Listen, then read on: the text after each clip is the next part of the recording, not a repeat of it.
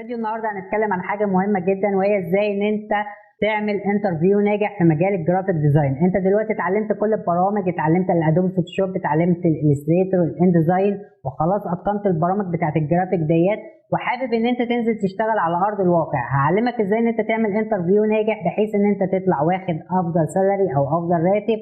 كمان ازاي ان انت تخلي اللي قاعد قدامك مقتنع بيك كمصمم جرافيك، وان انت شخص مسؤول فيديك الوظيفه ديت. فده اللي احنا هنتعلمه النهارده في خطوات بسيطه مع بعض، واتمنى ان الفيديو ينال اعجابك. يلا بينا نبتدي الفيديو ده.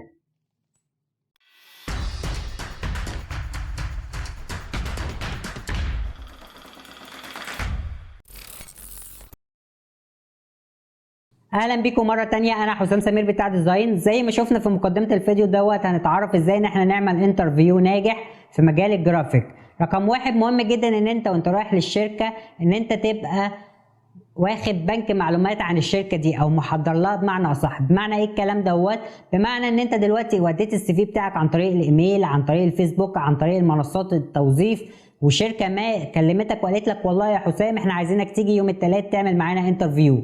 انت مهمتك رقم واحد ان انت تبتدي تبني بنك معلومات عن الشركه دي. بمعنى ايه؟ ان انت تبتدي تعمل سيرش على محرك البحث، فتفهم ان الشركه دي متخصصه اكتر في مجال السوشيال ميديا ولا اعمال الطباعه. الشركه دي اكتر عملائها او الانترفيوهات اللي بتنزل الفيو عنها في جوجل هتلاقيها مستعرضه بعض من اشغالها. الشغل ده عباره عن عيادات، الشغل ده عباره عن الاساس، عباره عن كذا. فبالتالي هتبقى انت رايح محضر في ذهنك بعض المعلومات اللي هتفيدك وهتخلي اللي قاعد قدامك مقتنع بيك. يقول لك والله الراجل ده بتاع شغل، الراجل ده عمل سيرش، مش جاي لنا وجاي ان هو يقول والله انا مصمم جرافيك ويسكت. لا، انت جاي تقنع اللي قدامك. رقم اتنين، مهم جدا وانت رايح تعمل الانترفيو، سواء اول ما دخلت الشركه قابلتك الموظفه او المسؤول اللي بيعمل معاك الانترفيو، مهم جدا ان انت تبقى واثق من نفسك. بمعنى ايه؟ مهم ان انت تبقى قاعد قدامك الشخص مقتنع ان انت لا مهزوز ولا عندك رهبه. بالتالي ده بيخليه بيفهم ان انت واحد عندك سكيلز، واحد متقن في السكيلز بتاعك والادوات بتاعتك، وفي نفس الوقت قادر ان انت تقنع اللي قدامك بيك. لان هو لو حس ان انت مهزوز معناته ان هو فهم في نص ثانية ان انت راجل مبتدئ، او انت راجل ما عندكش خبرة في السوق، ما اشتغلتش في شركات قبل كده. فبالتالي مهم جدا ان انت تحسس الراجل اللي قدامك دوت ان انت عندك ثقة في نفسك، ما عندكش رهبة وانت قاعد، بل بالعكس انت بتكلمه بفريندلي، واثق جدا من بنك المهارات بتاعك او السكيلز بتاعك. فبالتالي هيبتدي ان هو يقتنع بيك. فمهم جدا ان انت تبقى قاعد واثق من نفسك، ما عندكش رهبه ان انت بتعمل انترفيو. خد الموضوع فريندلي عادي، انت داخل وفي الاخر الحته بتاعت التوفيق دي والقبول دي بتاعت ربنا، ولكن انت بتعمل اللي عليك. فبتقعد قدام الراجل واثق من نفسك، وبتبتدي ان انت تتكلم عن السكيلز بتاعك، مهاراتك، الثقه بتاعك في انهي حته. فبالتالي الراجل اللي قدامك ده بيفهم ان انت والله عندك خبره في الشركات، محتك كتير في سوق العمل. فبالتالي بيبتدي ان انت تقنعه شويه في شويه. رقم 3، مهم جدا ان انت تبقى مبدع في شغلك. بمعنى ايه الكلام دوت؟ بمعنى وانت قاعد قدام الراجل مهم جدا ان انت تبقى محضر فلاشة خاصة بيك. الفلاشة دي يكون فيها البورتفوليو بتاعك، فيها افضل اعمالك سواء في السوشيال ميديا او في مجال الطباعة. تبقى محضر نفسك ان انت والله وانت قاعد معاك لينك البيهانس بتاعك او معرض اعمالك اللي انت رافع فيه الصور بتاع الديزاينات بتاعتك الخاصة بيك. فبتبتدي والله وانت قاعد تحسس الراجل اللي قدامك قد ايه انت مش بس عندك مهارة وثقل وخبرة في سوق العمل، لا، بجانب كده انت في رقم 3 انت عندك كمان ابداع. فبتبتدي تعرض ابداعك على الراجل اللي قاعد بيعمل معاك الانترفيو او الست اللي بتعمل معاك الانترفيو، بحيث ان انت بتأكد على المعلومة اللي احنا قلناها في رقم 2. والله انا راجل عندي خبرة، ودليل الخبرة ده ان انا عندي بنك من تصاميمي، بنك من ابداعي اللي انا صممته في الشركات او في سابقة اعمالي. فببتدي ان انا اعرض الشغل بتاعي واخلي الراجل ده بدل ما هو مقتنع بيا بنسبة 25% لحد دلوقتي، لا، هو مقتنع بيا بنسبة 40%، 45%. فبالتالي هتبقى قاعد ان انت واثق في نفسك ومحضر الشغل بتاعك. بالتالي هيبتدي ان انت يفهم انت مش بس عامل معلومات عن الشركة، مش بس انت واثق من نفسك، لا بالتالي انت كمان جاي له محضر نفسك من حيث الابداع بتاعك، جاي تعرض اعمالك، جاي تعرفه قد ايه انت عندك ثقل في الشغل بتاعك. فبالتالي رقم 3 دي مهم جدا انت تبقى عامل حسابك فيها، خصوصا لو انت رايح. مهم ان انت يبقى عندك الفلاشة دي محضر فيها مثلا ملف وورد، في البيهانس بتاعك او لينك البيهانس بتاعك، في بعض من اعمالك بتاعت السوشيال ميديا، في الشغل من اعمالك في الطباعة، وتبتدي ان انت تقول له والله انت لو حابب تشوف الشغل بتاعي، او لو هو طلب تبتدي ان انت تديله الفلاشة دي، بحيث ان انت معظم الشركات اللي هتخش تعمل فيها الانترفيو بتاعك هتلاحظ ان الراجل اللي قاعد يعمل معاك الانترفيو ده او الست قدامها شاشة بروجكت او شاشة عرض زي اللي قدامك دي، ولكن بشكل اكبر شوية، بيبتدي ان هو يحط الفلاشة. وده بيحصل في معظم الشركات اللي نزلتها، اللهم اني ده من وجه خبرة. فبالتالي ده معظم الشركات اللي انا دخلتها بتلاقي شاشة بروجكت كبيرة، بيبتدي يقول لك والله اديني البيهانس بتاعك او اديني الفلاشة بتاعتك اشوف سابقة اعمالك. فبالتالي مهم ان انت تبقى رايح مبدع، رايح محضر نفسك، ودي خطوة مهمة جدا. رقم 4 مهم جدا ان انت تبقى متواصل جيد مع اللي بيعمل معاك الانترفيو، سواء الراجل او الست. مهم جدا وانت قاعد بتعمل الانترفيو ان انت تبقى متواصل جيد. بمعنى ايه الكلام دوت برضو؟ بمعنى انت دلوقتي عرفته ان انت راجل عندك خبرة وواثق من نفسك. مهم جدا وانت بتتكلم تحسسه ان انت اولا بجانب ان انت عندك المهارات بتاعه الديزاين، وبجانب ان انت عندك المهارات في الشغل، مهم ان انت تفهمه ان انت راجل متواصل جيد، يعني بتقدر تتكلم مع اللي قدامك او تتكلم مع العميل او الكيس اللي قدامك وعندك لغة تخاطب. مهم جدا ان هو لما يسألك على حاجة ما تردش على طول، يعني خد لك 3-4 ثواني في دماغك، بحيث ان هو يبتدي يفهم ان انت راجل مش بتاخد المعلومة وتقول له حاضر وخلاص، لا ده انت بتفكر فيها، بتعمل لها عملية روتيشن في دماغك وبتقلبها في راسك وبتبتدي ان انت ترد عليه. مهم جدا ان هو يفهم ان انت بجانب ان انت مصمم جرافيك مبدع وعندك مهارات وثقل في العمل، مهم ان هو يبقى فاهم ان انت عندك حتة اللغة، حتة ان انت بتقدر تتواصل مع اللي قدامك، بتقدر تتعامل مع زمايلك، بتقدر لو قاعد قدام عميل تقدر ان انت تطلع منه المعلومة اللي انت عايزها واللي هتسهل عليك شغلك.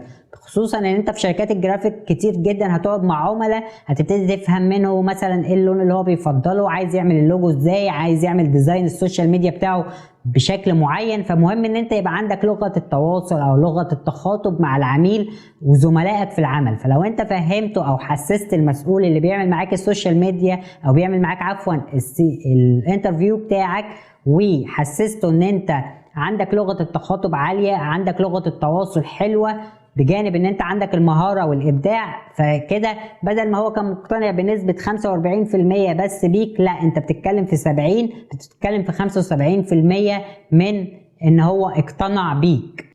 رقم 5 مهم جدا ان انت وانت رايح تعمل الانترفيو بتاعك في الشركة ان انت تبقى حريص على مظهرك ولبسك. بمعنى انت دلوقتي فهمت ان الكيس او الشركة اللي انت بتتعامل معاها ديت هي مثلا موقعها في مصر الجديدة، موقعها في حتة حلوة جدا في القاهرة او في البلد اللي انت عايش فيها. فبالتالي مهم جدا ان انت تبقى داخل الانترفيو حريص على مظهرك، شكلك حلو، متسرح كويس، فبالتالي يفهم ان انت مش بس عندك لغة التخاطب حلوة، مش بس انت مبدع في شغلك وعندك خبرة في العمل، لا انت كمان عندك حتة السلوك العمل. بالتالي انت بتقدر تفهمه ان انا والله وانا جاي عندك انا جاي عندي سكيلز كتير جدا، وبجانب ده عندي سلوكيات العمل، بمعنى ان انا بحترم شكل الشركة او انا واجهة حلوة للشركة اللي انا بحاول ان انا اشتغل فيها. فبالتالي مهم جدا ان انت تبقى فاهم زي ما قلت لك في النقطة اللي فاتت ان انت هتقعد مع عملاء كتير، هتحتك مع زمايلك داخل الشركة. فبالتالي مهم جدا ان مظهرك يبقى حلو ويفهمه او يوحيله ان انت واجهة حلوة للشركة. يعني لو قعدك مع عميل جاي له هتبقى واجهة حلوة، لو قعدك مع زمايله مش هتضر من كروك العمل. بالتالي هيفهم ان انت عندك شخصية، عندك ابداع، عندك مهارة، وكمان عندك سلوكيات العمل وملتزم بيها. فبالتالي مظهرك مهم جدا وانت رايح تعمل الانترفيو.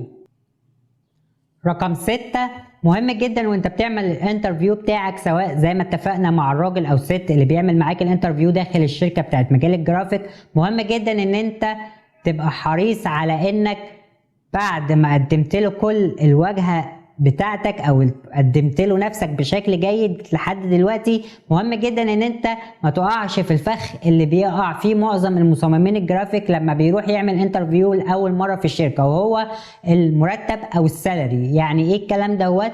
بيجي والله انت عملت كل حاجه حلوه جدا، اللهم ان بيجي المسؤول اللي بيعمل معاك الانترفيو بيبتدي يسالك سؤال لئيم شويه او سؤال لولبي زي ما بنقول في مصر، بالتالي بيجي يقول لك انت متوقع السالري او متوقع الراتب بتاعك كام. مفترض ان هي شركه بروفيشنال وشغلت ناس كتير قبلك او كان فيها مصممين جرافيك وعارفه ان السالري المحدد الطبيعي مثلا وليكن هنقول 4000 الستاندر الابتدائي بتاع مصمم الجرافيك، ولكن هو مش هيجي يقول لك انا والله هاجي اديك 4000 الابتدائي، لا ده هو بيسألك السؤال ده لان هو كان اللي قبلك بياخد 4 فلربما انت تقول 3 فيقول لك اوكي، فيبقى هو وفر لنفسه في الميزانية بتاعت الشركة بتاعته 1000 جنيه. فبالتالي لما يجي حد يسألك سؤال زي دوت ويجي يقول لك ايه الراتب المتوقع بالنسبة لك، مهم جدا ان انت قبل ما تروح تعمل الشركة او تروح تعمل في الانترفيو بتاعك في الشركة ديت ان انت تبقى داخل على الجروبات بتاعت الفيسبوك اللي هي خاصة بمجال الجرافيك واللي هي موجهة اكتر للفئة اللي انت عايش فيها. بمعنى مثلا انا هنا عايش في مصر او عايش في القاهرة، فعندي مثلا جروبات كتير زي مصممين على النواصي، مصممين جرافيك العرب، بالتالي بقدر اخش على جروب من دول واسأل سؤال. يعني اقدر اسأل في بوست والله عايز اعرف الراتب المدرك او اللي متعارف عليه في الفترة الاخيرة ايه، فبالتالي بفهم السوق رايح لفين. ولو انا رايح الشركة وبعمل الانترفيو وجي واحد سألني سؤال لولبي زي ده وقال لي ايه هو السالري او الراتب المتوقع ليك، فهبتدي اقول له اول خانة انا خدتها او الخانة المتوسطة اللي انا خدتها في البوست اللي انا كنت سألت فيه الناس على السوشيال ميديا. فبالتالي لو انا كان جالي تعليقات كتير في الجروب بيقول لي والله انا باخد 4000، ففي 14 شخص بيقول لي انا باخد 4000، فبالتالي انا فهمت ان المتوسط بتاع المهنة او المتوسط الراتب اللي شغال دلوقتي في السوق العمل هو 4، دي البداية. فلما يجي حد يسألك سؤال زي ده، لا اما تقول له المتوسط اللي انت خلاص عرفته اللي هم انا والله انا متوقع ان انا اخد 4000 جنيه، او انك مثلا لو عايز شايف ان مهاراتك اعلى شوية وتقدر ان انت تاخد سالري مقابل المهارات دي بشكل اكبر، فتقدر تقول له والله انا اخد 5 فيما فوق. فبالتالي انت كده حددت له رقم، ما سبتهاش عايمة، بمعنى ما سبتهوش ان هو يستنصح عليك ويحاول ان هو يوفر في خزنة شركته 1000 جنيه مثلا مقابل ان هو بياخد سكيلز ما كانتش عنده اصلا. ممكن اللي كان شغال قبلك اقل منك كتير في الامكانيات، اقل منك في المهارات، فبالتالي ما تديلهوش اجابة عايمة او اجابة ملهاش ابيض او اسود. لا، انت هتبقى فاهم ايه هو السالري اللي ماشي او متعارف عليه او متوسط السالري المتعارف عليه في المحيط المنطقة اللي انت نازل تشتغل فيها، فبالتالي تبقى محضر الاجابة والله انا هاخد 4، والله انا هاخد 5. بناء على ايه؟ بناء ان انت كنت عامل سيرش وفاهم ايه هو السالري المتعارف عليه. وده سؤال مهم جدا انت تبقى حضره في ذهنك لان اجابته هتيجي عليك انت ممكن توافق بالثلاثة اللي هو بيقولك عليها، لانك انت ما قلتلهوش في البداية ان انا عايز مثلا ال4، ولكن انت كده تبقى بتظلم نفسك. انت راجل بروفيشنال وعندك مهارات وعندك سكيلز، ولكن بعت خدماتك، بعت المهارات بتاعتك بمال رخيص. فبالتالي حاول دايما ان انت تبقى ماشي مع المية او سطح المية اللي ماشي في محيط منطقتك. بعد كده عندك رقم 7 وهي اخر حاجة مهمة جدا ان انت تبقى فاهمها وانت بتعمل الانترفيو. انت خلاص خلصت كل حاجة والراجل اقتنع بيك شبه 80 او 85%، لان هيظل 15% راجع لدماغه وطريقة تفكيره هو، ولكن احنا وصلنا لنسبة عالية جدا وهي نسبة 85% ان انا اقنعت اللي قدامي بان انا راجل استحق الوظيفة عندك واستحق اكون مصمم الجرافيك بتاع الشركة بتاعتك. فبالتالي انت خلاص يعتبر خلصت الانترفيو بتاعك. مهم جدا بقى في النقطة رقم 7 ان انت تبقى سايب انطباع جيد ليك. بمعنى ايه الكلام دوت؟ بمعنى انت خلصت الانترفيو والراجل بدأ يقفل معاك، مهم جدا ان انت مثلا تقول له شكرا على وقتك، انا سعيد جدا بالانترفيو مع حضرتك، انا اتشرفت جدا بالمعاملة معاك.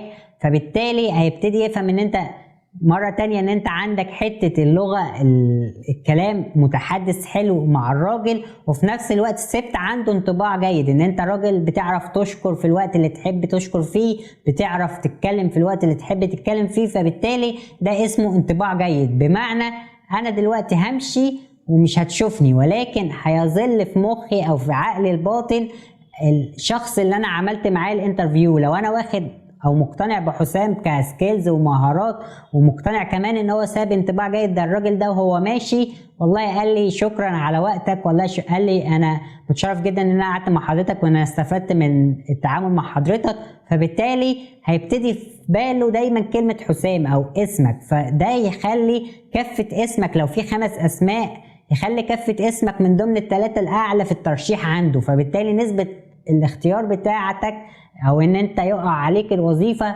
هتكون كبيرة. فبالتالي مهم جدا وانت ماشي ان انت تبقى سايب انطباع جيد ليك بعد ما خلصت الانترفيو بتاعك بشكل سليم وناجح.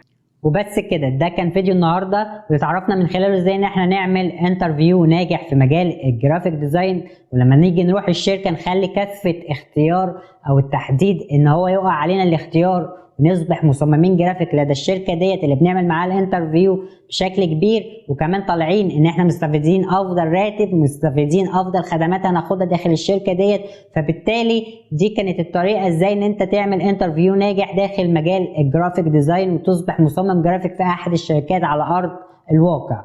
بالتالي دي كانت حلقه النهارده، اتمنى ان انت تكون طالع مستفيد معايا، ولو في اي نقطه مش واضحه بالنسبه لك او عايزني اضيف لك فيها بعض التفاصيل تقدر تسيب لي تحت في التعليقات رايك وهجاوبك عليه. كمان مهم جدا ان انت بقى تدعمني تحت بلايك، لان زي ما انت شايف انا بتعب في المحتوى بتاعي، فمهم جدا ان انت تدعمني.